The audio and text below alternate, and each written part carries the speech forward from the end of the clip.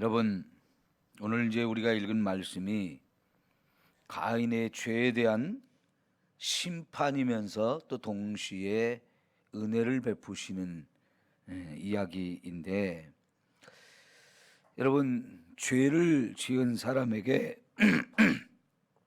하나님께서 심판을 더 세게 내리겠습니까? 아니면 은혜를 더 크게 부어주시겠습니까?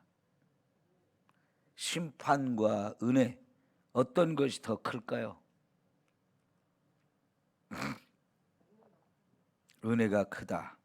맞습니다. 여러분, 로마서 5장에 보면 죄가 더한 곳에 은혜가 더욱 넘쳤다 하는 말씀이 있어요. 그 얘기가 뭔 뜻일까요?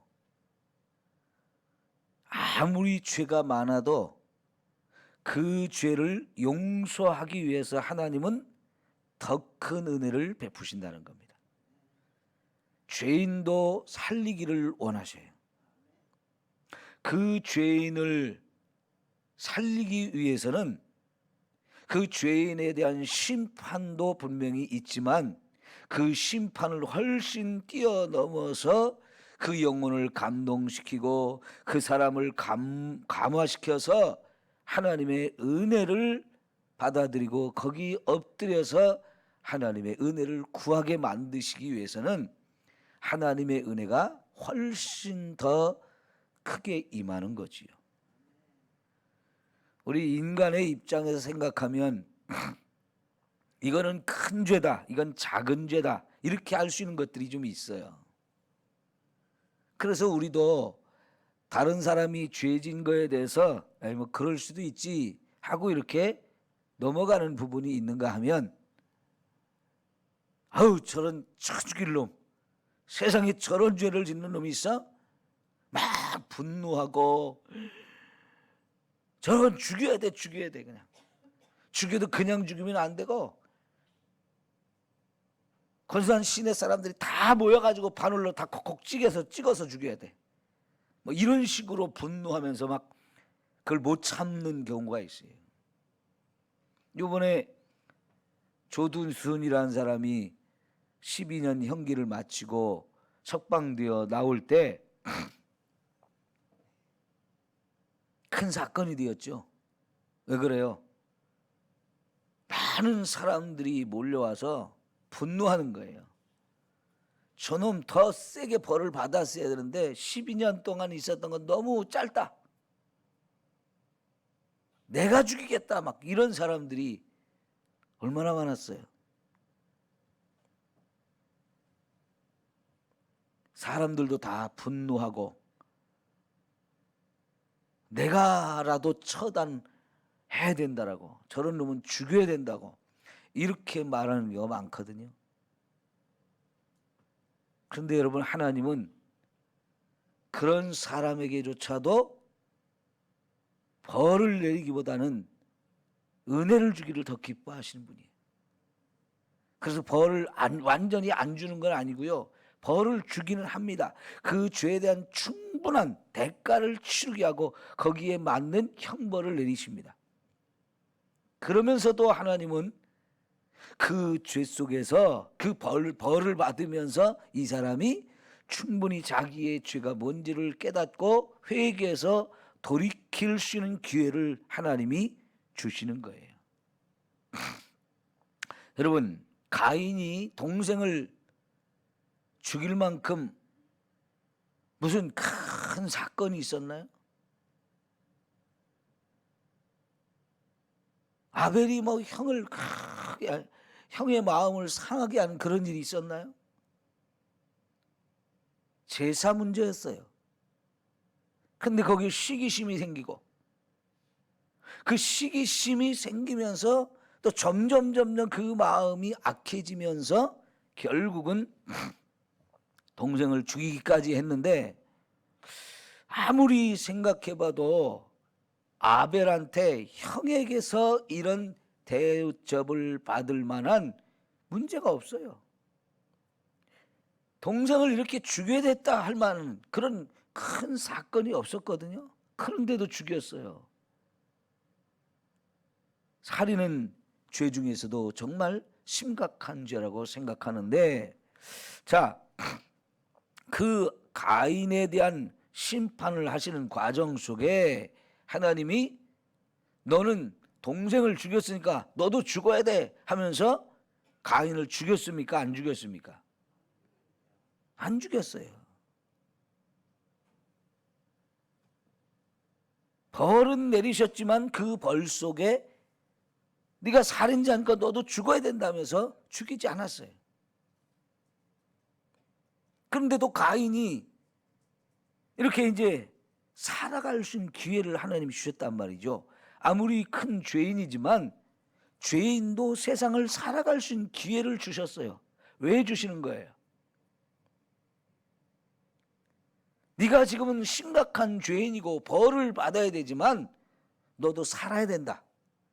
삶의 기회를 주시고, 그러면서 그 살아가는 동안에 지금은 자기가 얼마나 심각한 죄를 지었는지도 깨닫지 못하고 하나님이 자기에게 얼마나 큰 은혜와 사랑을 베풀어 줬는지도 깨닫지 못하고 계속해서 마음의 완악함을 가지고 있습니다.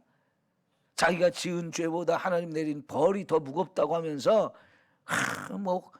불평을 계속 늘어놓고 합니다. 그러나 여전히 살아갈 수 있는 기회를 주신 것은 살면서 언젠가 기회가 되면 너도 깨닫고 회개해서 구원을 받으라, 기회를 주시는 거예요. 그런데 안타깝게도 그 뒤에 가인의 이야기를 읽어봤을 때 그가 깨닫고 회개했다는 얘기는 없습니다. 그러나 하나님은요, 어쨌든 간에 회개할 기회를 주시는 분이에요. 그러니까 이런 죄를 짓고 죽을 수밖에 없는 죄인인데 살려주시고 진짜 이 죽음의 문제를 영원히 해결받아서 영원히 살 수 있는 기회를 하나님은 주시는 거예요. 그러니까 여러분, 저와 여러분도 나 같은 죄인 살리신 주 은혜에 놀라와 하면서 하나님 앞에 감사하며 기도할 수 있는 거예요. 뭡니까? 나도 죽을 수밖에 없는 죄인이었는데 하나님이 죽이지 않고 살려주셨다는 거죠. 예수 그리스도를 믿을 수 있는 기회를 주시고 회개의 기회를 주셔서 이렇게 나 같은 죄인도 살려주셨다라고 감사하며 고백하며 찬양할 수 있는 거예요. 그러니까 가인이 살아가면서 다른 사람들을 만났을 때 그 다른 사람들이 가인을 죽이지 못하도록, 저 살인자, 저는 죽여야 돼 하면서 달려들어서 죽일 수 있는데 죽이지 못하게 하고 계속 살아갈 수 있게 하잖아요. 이 가인을 죽이는 자는 벌을 더 7배로 받을 것이다 하면서 하나님이 엄하게 사람들로 하여금 가인을 죽이지 못하도록 또 보호까지 해주잖아요. 그래서 죄에 대한 하나님의 심판보다는 그 죄인을 용서하시는 하나님의 은혜는 더 크다. 우리가 이걸 깨달아야 돼. 그래서 그 은혜가 더 크기 때문에 나 같은 사람도 구원을 받을 수 있었던 거예요. 목사님, 가인 같은 살인자고 나하고 어떻게 똑같이 비교를 해요? 여러분, 우리가 볼 때는 그렇게 생각할지 모르지만 하나님 보실 때는 마찬가지예요. 큰 죄를 지은 놈이나 적은 죄를 지은 놈이나 죄는 다 마찬가지 죄고 그 죄 때문에 우리는 죽음이 찾아온 사람들이에요. 죽을 수밖에 없는 사람들이었어요. 아니, 내가 정말 가인보다 훨씬 작은 죄를 지은 사람이라면 나 안 죽을 수도 있잖아요. 하나님 나 안 죽일 수도 있었잖아요. 그런데 우리도 다 죽잖아요. 왜? 죄값이에요, 죄값. 죄의 삭슨 사망이라고 그랬어요. 내가 죽는 것은 나도 하나님 보시기에는 다 심각한 죄인인 건 마찬가지예요. 그러니까 여러분, 나는 별로 죄진 게 없는데 이러지 마시고요. 정말로 나도 내가 지은 죄들이 결국은 하나님 앞에 나를 죽게 만드는 심각한 문제다라고 하는 것을 우리가 깨달으면서 철저하게 그 죄를 회개해야 하는 것입니다. 아멘들 안 하시는 것 같아요.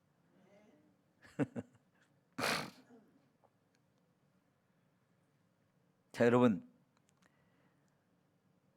세상에서 사형제도라는 게 있는데 사형을 진짜 해야 될까요? 말아야 될까요? 이 찬반이 굉장히 논란이 많아요. 어떤 사람들은 죽여야 된다. 어떤 사람은 죽이지 말아야 된다. 그렇게 굉장히 팽팽하게 논란을 많이 합니다. 근데 여기서 보면 하나님도 이 살인자인 가인을 죽이지 않았어요. 근데 그렇다고 해서 계속 성경이 그러느냐? 아니요. 십계명이 선포된 이후에는 하나님도 이런 놈은 죽여라, 이런 죄를 짓는 자는 죽여라 하는 내용들이 나와요. 아마 세월이 가면서 사람들이 점점 더 악해지니까 그런 죄를 지은 사람을 죽이지 않으면 너무너무 심각한 세상이 되니까 하나님도 후에는 살인 제도를 말씀하신 것 같아요. 그래서 지금도 국가적으로 사형 제도를 허락하는지 허락하지 않는지 나라마다 다르고요. 사람들마다 생각이 달라서 지금도 굉장히 논란이 많아요. 자, 어쨌든 우리는 여기서 죄보다는 그 죄에 대해서 심판하시는 하나님의 심판보다는 은혜가 훨씬 더 크다. 그래서 죄가 더한 곳에 은혜가 더욱 넘쳤다. 이렇게 말씀하시는 거예요. 여러분, 이사야 1장에 보면 오라 우리가 서로 변론하자.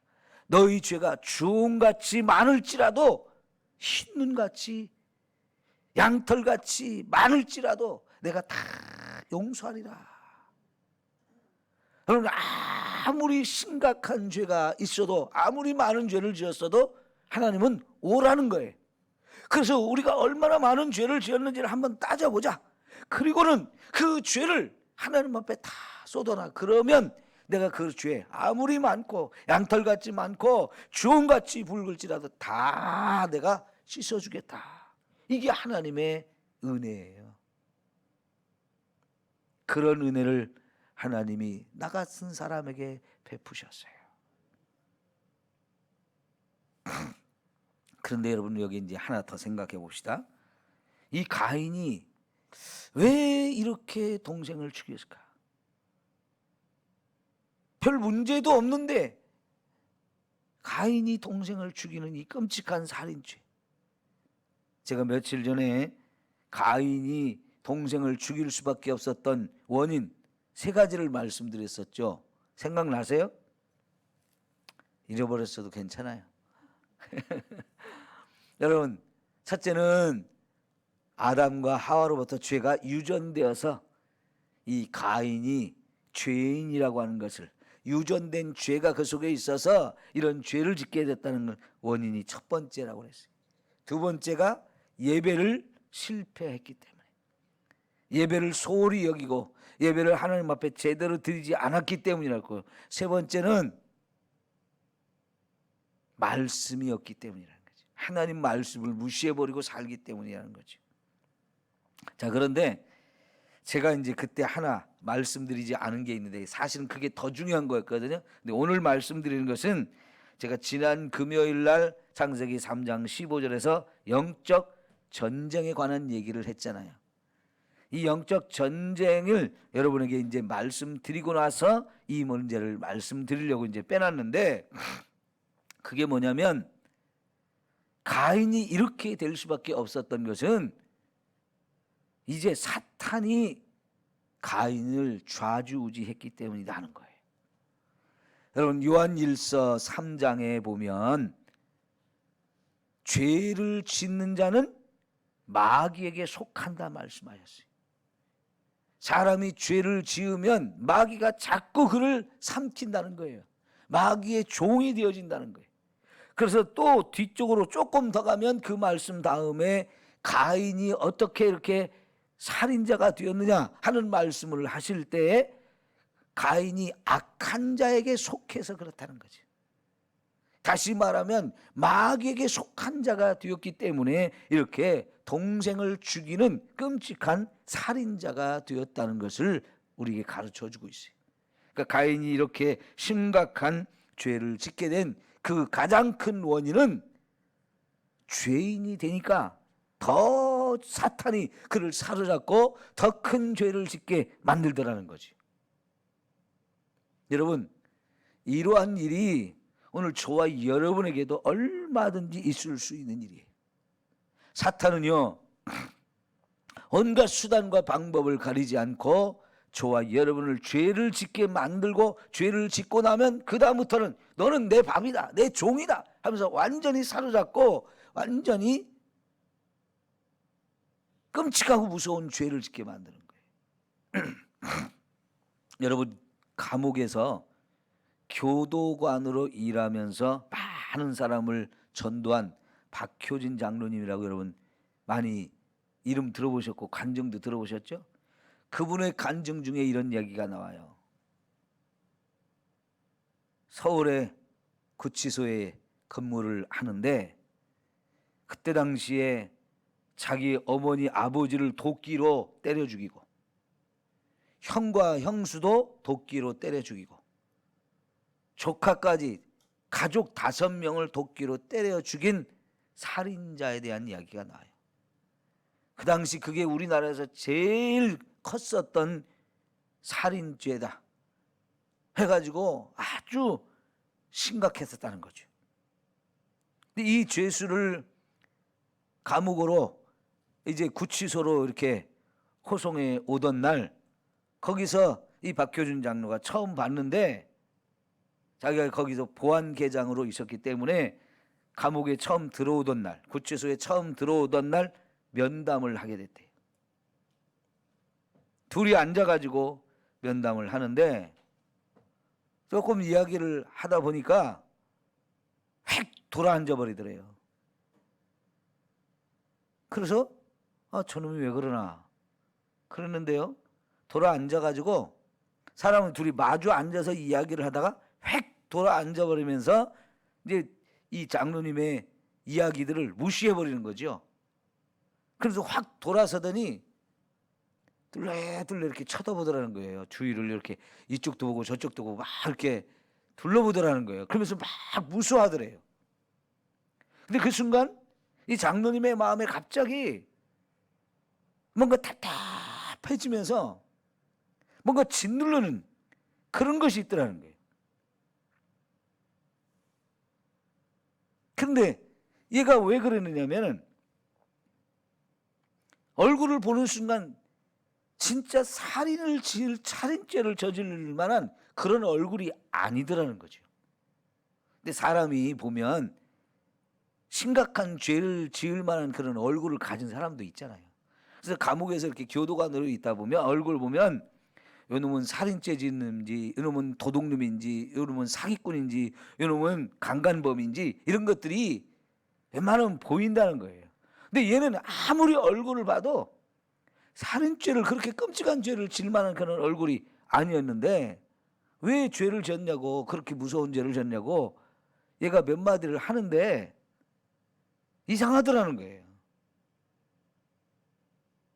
자기 하기는 했는데 자기도 왜 이런 죄를 범했는지 모르겠다고, 이상하다고. 그래서 얘 말이 믿겨지지가 않아가지고 경찰 조사하는 사람들도 이해를 못하고 검사들도 이해를 못하고 그랬는데 이 장로님도 얘기를 들으니까 이해가 안 가더라는 거예요. 그래서 못 믿겠다고 그런 표정을 보이니까 획 돌아서면서 주위를 뚫레뚫레 하면서 뭔가 이상하더라는 거예요. 근데 그런 순간에 장로님의 마음이 확 답답해지면서 이 양반도 뭔가 이상한 걸 느낀 거예요. 그래서 이 장로님이었기 때문에 자기도 그때만 해도 영적 세계를 몰랐다는 거죠. 그래도 뭔가 좀 이상한 느낌이 들어가지고 자기 마음이 막 답답해지고 뭔가 그래가지고 이렇게 기도를 하기 시작했대요. 단둘이 앉아 있으니까. 근데 기도를 해도 이 답답함이 해결이 안 되더라는 거예요. 그러다가 이거 안 되겠다 싶어가지고 방언 기도를 했더니 점점 마음이 이제 편안해지면서 뭔가 이제 기도가 세게 나가더라는 거예요. 한 15분 정도를, 한 20분 정도를 방언 기도를 막 했대요. 그랬더니 걔가 다시 돌아서면서 장로님을 붙들고 매달리면서 나 좀 살려달라고, 나 좀 살려달라고. 저놈이 나를, 사람을 죽이겠다고, 우리 아버지 어머니를 죽이게 했다고. 그러면서 자기 눈에 지금 나쁜 놈이 보인다고, 그 놈이 자기를 지금 이렇게 흉악한 죄를 짓게 만들었다고 이렇게 하면서 고백하는데, 이 사람이 36쯤 되는 총각이었대요. 왜 총각이었느냐면 이 척추에 뼈와 뼈 사이에 관절이 있잖아요. 그 연골들이 다 녹아내리는 병이 생겨가지고 이 젊었을 때부터 일을 할 수가 없는 거예요. 걸어 다니기조차도 못하는 거예요. 뭐 무거운 걸 들 수가 없고 그냥 누워서만 살아야 되는데, 그러니까 자기가 돈을 못 버니까 부모에게서 돈을 다 쓰는데 부모도요 가난해가지고 돈을 줄 수가 없는 거예요. 그날도 돈이 없어서 이제 돈을 좀 또 타러 갔는데 부모님이 돈이 없어서 못 준다고 그러니까 이제 서로 이제 감정이 상해가지고 뭐 티격태격 그러다가 이제 할 수 없이 계단을 이렇게 내려오는데 중간쯤 내려왔을 때 악한 놈이 딱 마귀가 가로막고 너 올라가서 도끼로 어머니 아버지 때려 죽여라. 자꾸 이렇게 시키는데 내가 어떻게 엄마 아빠를 죽이냐고 막 그런데 막 죽여라 그러는데 자기도 순간 뒤돌아서 가지고 가서 진짜 도끼로 어머니 아버지를 때려 죽인 거예요. 그리고 형과 형수도 죽이고 조카까지 5명을 다 때려 죽인 거예요. 그리고는 뒷마당을 5m 이상을 삽으로 팠는데, 이 사람은 평소에 삽도 제대로 들지 못하는 사람인데요, 이 5사람을 묻기 위해서 땅을 5m를 팠다는 거예요. 근데 자기가 삽을 드는 순간부터 그냥 땅이 푹푹 파져지더라는 거예요. 마귀가 이 삽을 들고 다 파내더라는 거예요. 그리고는 그 5사람을 2층에서 다 혼자 지어가지고 뒷마당으로 끌고 가서 다 묻어버렸다는 거죠. 그걸 할 수 없는 몸인데, 그러니까 아무도 경찰이 조사를 했을 때 이건 혼자 한 게 아니라는 거죠. 공범이 있을 테니까 공범을 빨리 부르라고.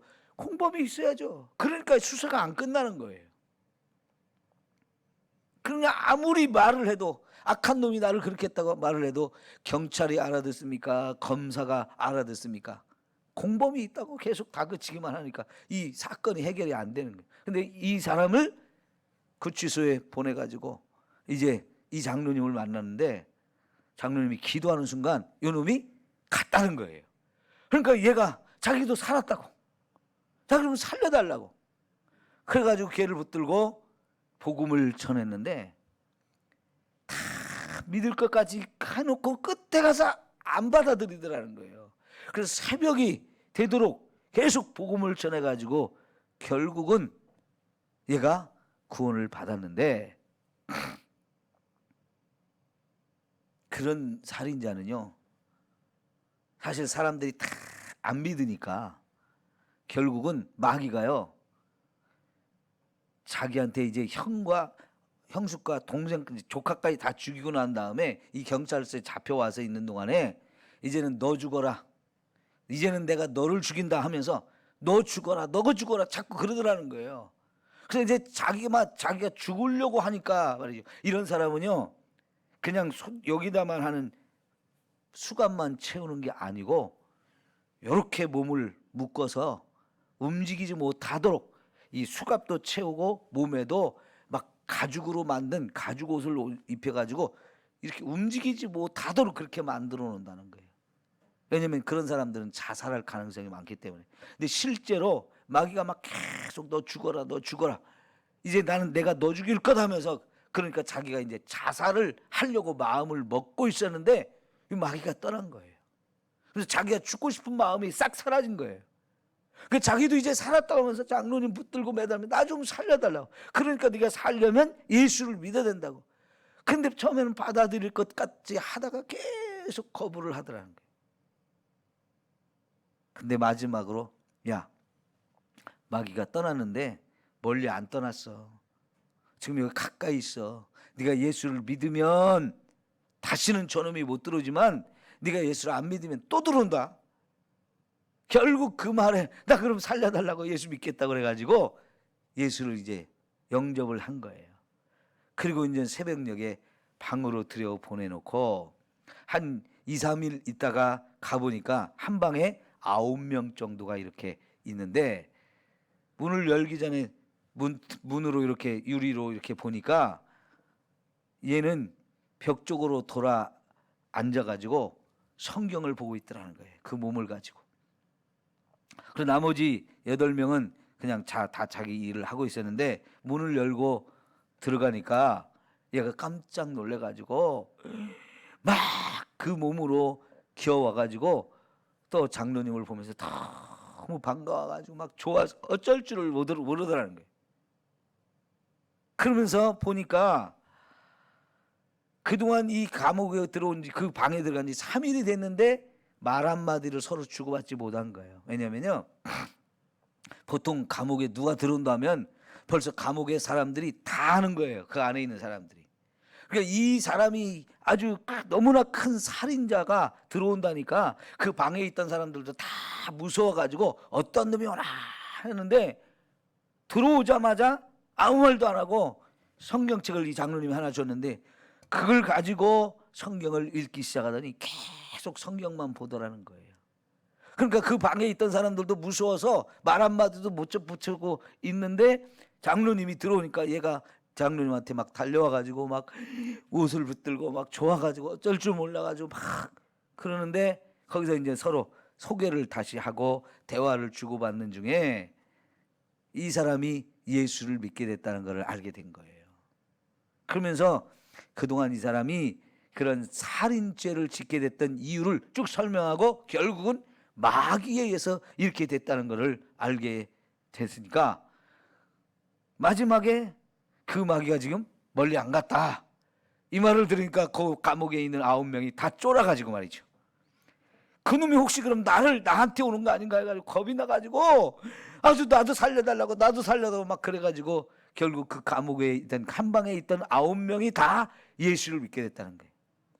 그리고는 그 과정 속에 자기들인데 자기도 마귀한테 사로잡히지 않으려고 믿음도 어떤 사람까지도 찬송가 305장 나 같은 죄인을 다 같이 앉아가지고 계속 그것만 부르더라는 거예요. 여러분, 그러면서 이제 그 9명이 다 예수를 믿게 되고 그 다음 날부터 이제 밖에 운동장에 운동을 하러 이렇게 나가는 시간이 있으니까요. 그 시간마다 여러분 다른 방에 있던 죄수들도 이 방에 그런 흉악한 죄인이 왔다는 것도 알았고 거기서 어느 날부터 갑자기 찬송가 305장 나 같은 죄인 부르는 소리가 막 사방으로 퍼지는 걸 다 들었기 때문에 너희 방에서 무슨 일이 있었느냐? 그냥 3, 4, 5씩 모여가지고 다 그냥 떠들면서 얘기를 하다 보니까 그 감옥에 다른 옆방 그 방에서 이제 마귀가 못 역사면 옆방 사람들이 제일 겁을 먹은 게 멀리 안 갔다. 마귀가 멀리 안 갔다 그러니까 옆방 사람들이 또 겁을 먹고 우리도 찬송 부르자 우리도 예수 믿자 해가지고 그 사건 때문에 그 감옥에요 400명 이상이 예수를 믿게 됐다는 거예요. 자, 오늘 제가 말씀드리고자 하는 것은 사탄은 지금도 역사하고 있다는 거지. 가인으로 하여금 동생을 그렇게 죽이게 했던 그놈, 어머니, 아버지, 형과 형수, 조카까지 그냥 도끼로 때려 죽이게 하는 이 마귀의 역사. 여러분, 지금도 그런 역사는 얼마든지 있어요. 마귀는요, 우는 사자처럼 삼킬 자를 두루 찾아다닌다고 그랬는데 저와 여러분도 마귀가 삼키려고 지금 틈을 노리고 있다는 사실을 늘 기억해야 돼요. 물론 우리가 예수를 믿으면 그 예수님께서 마귀가 우리를 넘보지 못하도록 지켜주시지만 예수님이 지켜줘도 내 스스로가 문을 열어놓는 사람들이 있어요. 마귀는 그 틈을 노리고 있다고 그랬잖아요. 그 틈을 자꾸만 벌리는 사람들이, 마귀가 들어오도록 나를 공격하게 틈을 벌리는 사람들인데, 그러면 그 틈을 마귀는 정확하게 보고 공격해 들어와요. 거기에 공격을 당하기 시작하면 결국은 우리가 마귀에게 사로잡히는 자가 될 수 있어요. 여러분, 그래서 영적 전쟁을 우리가 끊임없이 해야 된다는 거예요. 우리에게도 영적 전쟁이 끊임없이 있다는 거예요. 그런 싸움을 우리가 싸워야 제대로 신앙생활을 할 수 있고 끝까지 천국 가는 그 길에 변함없이 갈 수가 있는 거예요. 여러분 꼭 기억하시고 사탄과의 영적 전쟁을 여러분 꼭 하셔야 돼요. 그래서 승리해야 돼요. 기도합시다.